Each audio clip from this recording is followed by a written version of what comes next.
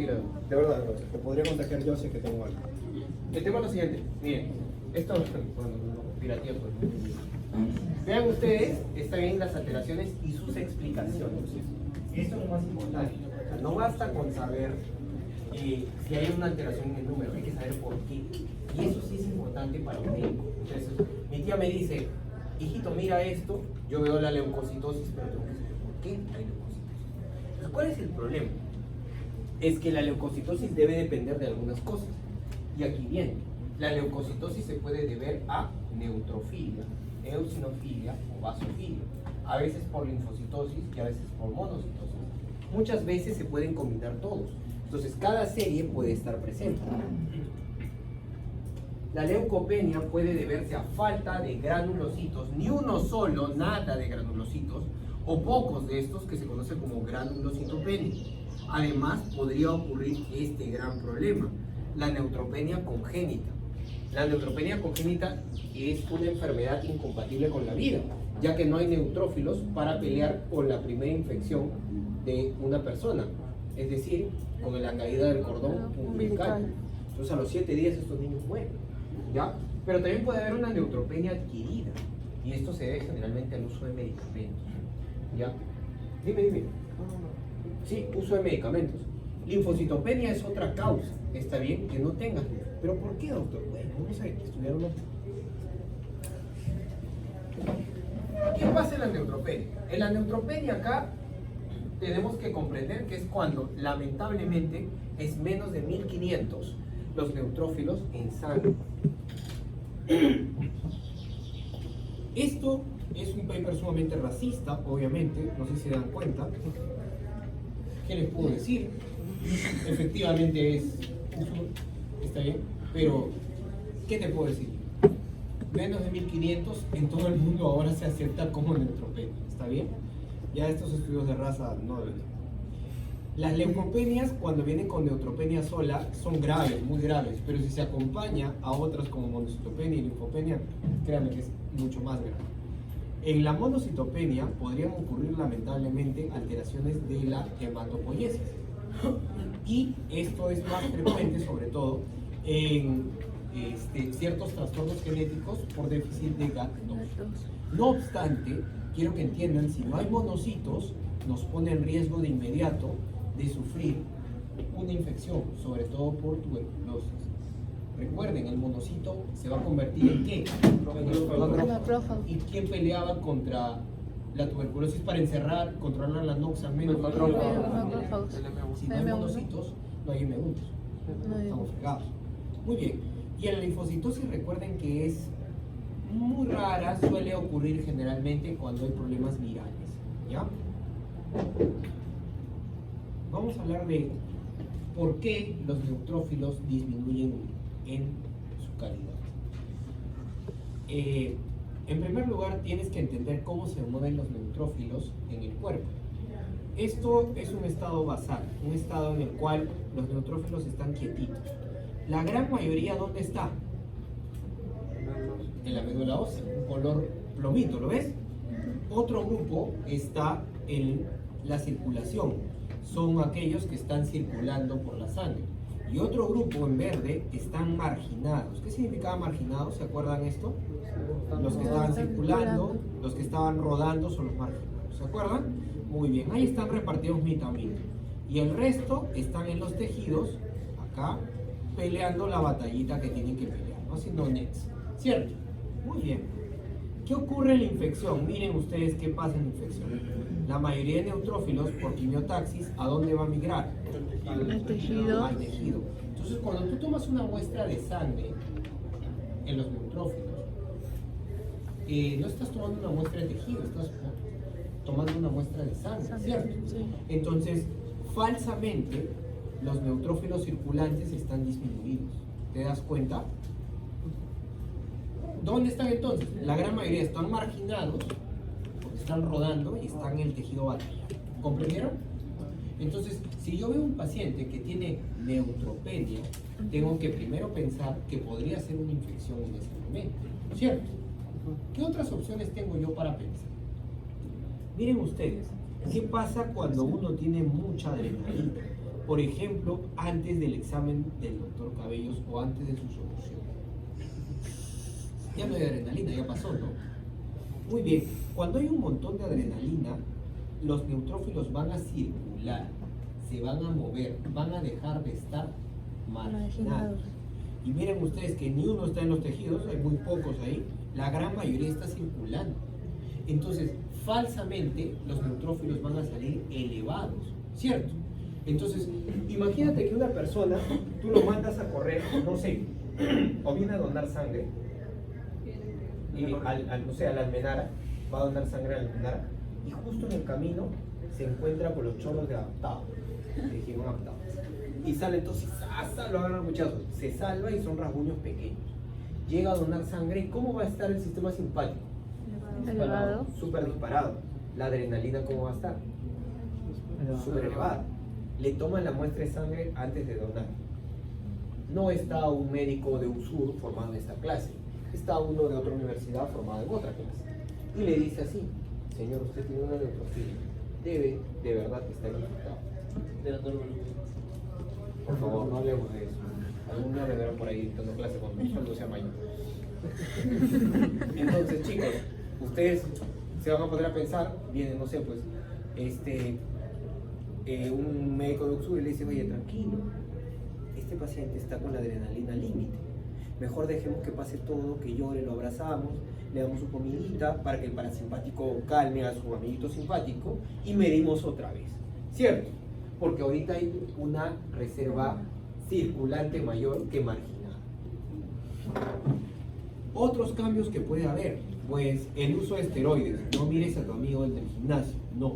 Esos esteroides no. Bueno, sí, también. La gran mayoría son por uso de corticoides. ¿Ya? El uso de corticoides como prednisona. Lo que hace es sacar neutrófilos de la médula ósea. Miren, ustedes observen, ¿se dan cuenta? La médula ósea tiene la gran cantidad, pero aquí ha perdido en tamaño la médula ósea. Por lo tanto, los neutrófilos No se observa. El puntero. La frontera. Miren ustedes acá, ¿sí? Miren la médula ósea que llega hasta aquí, ¿cierto? Vamos a comparar. Oh, mira acá, la médula ósea está cortada, ¿cierto? Los neutrófilos han salido a la circulación en morado y se han marginado. Este es un efecto de quiénes, de algunos fármacos. ¿Cuáles? Esteroides, corticosteroides. Pero podrían ser los anabolizantes que usa tu pata ahí en el gimnasio para verse mamadísimo. Sí, ¿por qué no? Claro que sí. Entonces, cuando estos androfílicos que van a hacer sus concursos le toman hemogramas, lo hacen para detectar si usaron o no esteroides. Así que cuando tengas a tu amigo y te diga que no ha sido chuzado, tú lo que tienes que decirle a tu amigo Maceta, ¿qué les va a decir? Vamos a hacernos un hemograma. Vamos ahorita. A ver si quiere. Qué buena. Vas y lo encuentras con 22.000 neutrófilos. Definitivamente. Son uno haciendo planchitas, levantando su pec deck, ¿no? Su press banca por gusto. Para nada. Sí, lo vamos a negar. Muy bien. Y aquí viene una enfermedad súper rara, ¿ya? Pero que por ahí ocurre. Los leucocitos no pueden adherirse al endotelio, no se pueden marginar. Mira cómo está la reserva circulante. El morado ahora es mucho más que el verde, ¿sí? Sí. ¿Qué significa? Que cuando yo le tomo un hemograma a esta persona, los neutrófilos van a estar elevados o disminuidos. Van a estar elevados. ¿Comprenden? Entonces, cada vez que el morado lo veas más grande en este gráfico, significa que va a circular más y tus exámenes de laboratorio van a salir con más. ¿Se entendió? Entonces, este cuadro es para que ustedes dejen de pensar que cada vez que hay neutrófilos elevados, hay una infección. Hay otras posibilidades.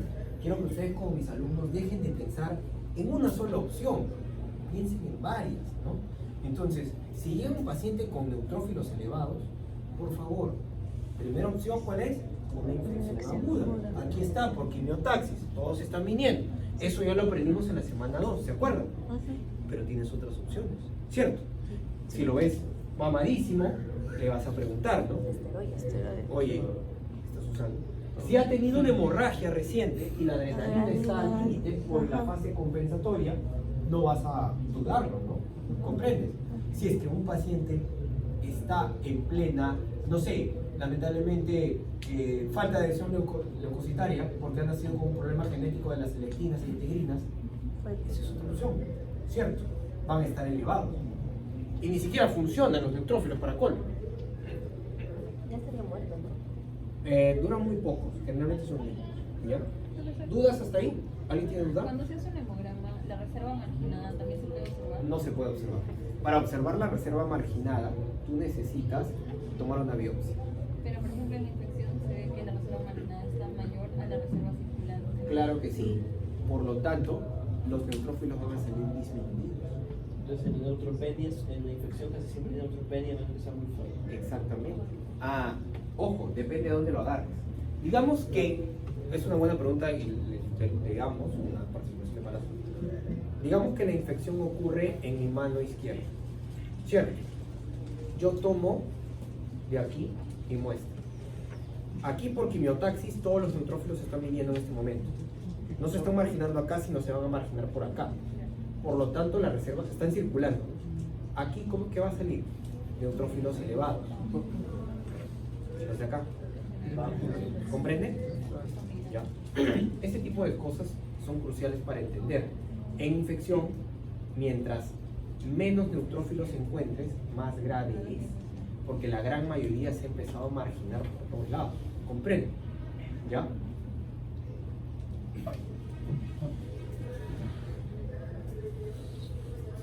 Entonces la neutropenia, cuando tú te encuentres frente a un paciente, vamos a poner un ejemplo. ¿Cuánto es el valor normal? 1500 a 4000, ¿no? O sea, voy a poner un ejemplo cualquiera, 790. ¿Parece? Difícil hacer. Pregúntame a mí. A 7000. No, 7000. Muy bien, ¿hasta ahí dudas? ¿Ninguna?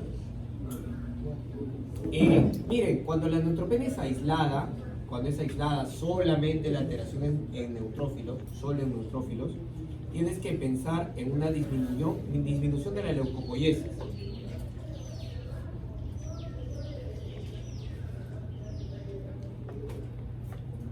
Significa que la eritropoiesis está fallada. Perdón, la hematopoiesis está fallada, específicamente de los leucocitos.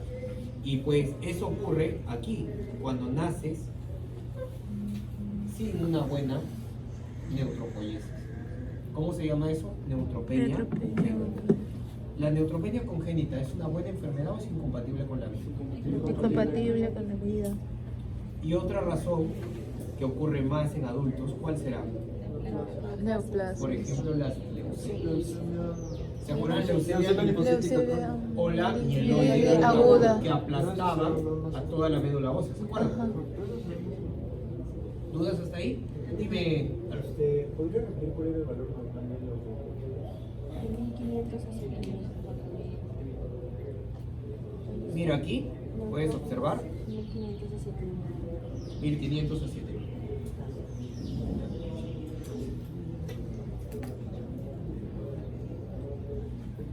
Bien, ahora vamos a ver lo siguiente. Ya entendimos que si es que no hay leucopoiesis, no va a haber neutrófilos, ¿no? Ya hay dos causas, o que naces así, terrible, o que una neoplasia está aplastándolos por dentro de la médula. La destrucción en sangre periférica es algo bastante común y ocurre, por ejemplo, en la sepsis. ¿Se acuerdan que netosis van reventando, te vas quedando sin neutrófilos? O en las enfermedades autoinmunes, como por ejemplo el lupus, en donde ya hay anticuerpos que opsonizan al neutrófilo y lo terminan activando. El neutrófilo activo termina reventando también por netosis. Otro, miren nuestro querido amigo el vaso con B grande, ¿no? ¿Cierto? El vaso con B largo. Este órgano secuestraba a quienes, ¿se acuerdan? Las plaquetas. También puede secuestrar neutrófilos. Y las formas mixtas, en las cuales lamentablemente todo esto ocurre al mismo tiempo. Bacterias como por ejemplo Brucella, que ataca al hígado, que ataca al vaso. Los ganglios linfáticos crecen, el vaso crece y pues se encuentra. Hay netosis para la destrucción y pelea, y además la médula ósea no puede producir tantos como debería. Pero también pueden haber virus, sobre todo este virus, el que vamos a estudiar más tarde. El Epstein-Barr. El Plasmodium, sobre todo Falciparum, es el más feo de todos, es capaz de reventar cualquier célula antes de que siquiera salga a la circulación en la propia médula ósea. Generalmente se la agarra con los eritrocitos, ¿no? Podría agarrar a cualquiera. El Falciparum. Y los fármacos. Los fármacos, chicos, es la más frecuente de todas las formas adquiridas de neutropenia de formas mixtas que existen. Y eso tienes que apuntar, ¿está bien? Es la más frecuente. Y de hecho hay demasiados fármacos, ¿no? Los fármacos más comúnmente asociados son los fármacos para la quimioterapia y los fármacos para controlar la hormona tiroidea. A tal punto que hacemos unos momos muy buenos con los antitiroideos respecto a esto. ¿Dudas? No. Muy bien. Entonces, ¿qué pasa cuando tengo los neutrófilos bajos? Hay que clasificar cuán grave está la situación. Pues, si es leve, moderado o severo, tienen una conducta diferente. Entonces, tú sabes que menos de 1500, vale, que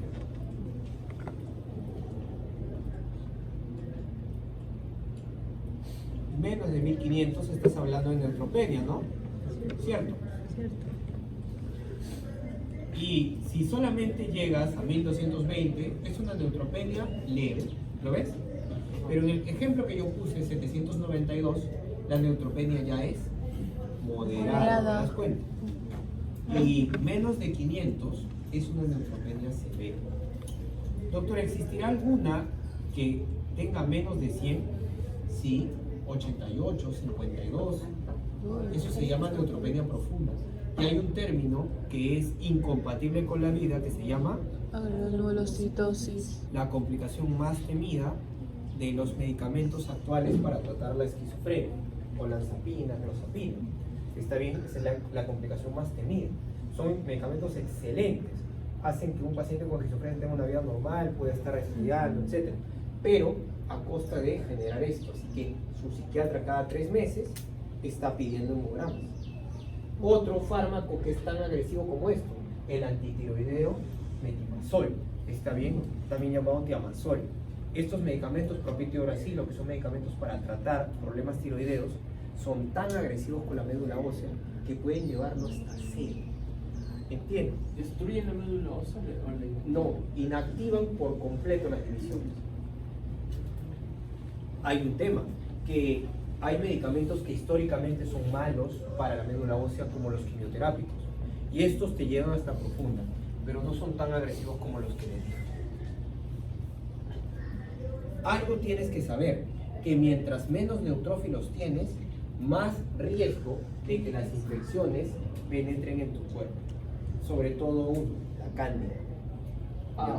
La cándida. La cándida, que es un honguito que se queda en la piel nomás, no, penetra, llega hasta el fondo, se mete al esófago, se mete a órganos internos, desde la boca entra, puede entrar hasta el hígado, al vaso, se puede meter a todos lados, cerebro, etc. Entonces, ¿qué tienes que saber tú?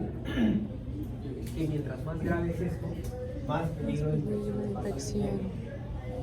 Miren ustedes acá lo que sucede con el uso de quimioterápicos. Miren, esto es la quimioterapia citorreductora. Yo les dije, ¿a qué va a llevar la quimioterapia? A disminución de neutrófilos. Pues acá se le da al paciente y miren ustedes lo que aparece, ¿no? Miren cómo estaban los neutrófilos normales y luego comienzan a caer. Se recuperan por una médula ósea que intenta recuperar y luego vuelven a caer, y se van al suelo. Y cuando ya están muy abajo, ¿qué aparece? Infecciones, paquetes. Bacteriemia. Y el paciente suele fallecer. Si sobrevive, van a aparecer infiltrados pulmonares con bacterias ahí. Es un problema. Mientras más grave es la pérdida de neutrófilos, más agresivas son las infecciones. Doctor, ¿y las neutropenias congénitas son sumamente raras? deberías aprender este cuadrito para tu examen, está bien.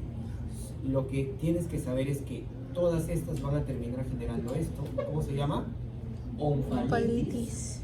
Y la onfalitis es la primera infección que tú tienes, la caída del cordón umbilical. ¿Ya? Sí, claro que sí. Lo bueno es que la neutropenia neonatal autoinmune es en realidad una enfermedad autoinmune de la madre. Y una vez que el bebito sale, estos anticuerpos de la mamá ya no van a poder matar a los neutrófilos. Entonces, su médula ósea del bebito en 7 días resolvió el problema. Esta no es incompatible. ¿Comprende? Pero la neutropenia congénita grave, ahí sí. Esta se conoce como el síndrome de Cosman y esto se debe a la alteración de un gen, el AX1 de la elastasa. Este gen es necesario para la maduración de los neutrófilos. Nunca maduran y por lo tanto se apotosan dentro de la médula ósea. Y si no tienes neutrófilos, esta sí es incompatible con la vida. ¿Por qué? Pues porque no hay mitocondrias. Y si un neutrófilo no tiene mitocondrias, chico, ¿podrá sobrevivir? ¿Podrá ser diaperesis siquiera?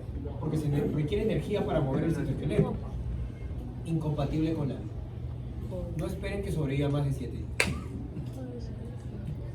Yo tengo ahí un amigo que, bueno, era un poco distanásico, y este amigo nos encontramos con este caso, era el 4.º día y el bebito estaba pues chacadazo. Y mi amigo le metía antibióticos y le metía antibióticos y le metía y me decía, va a salir, no va a salir, no va a salir. ¿Cómo sabía que no va a salir? Mi amigo creía que era un autoinmune.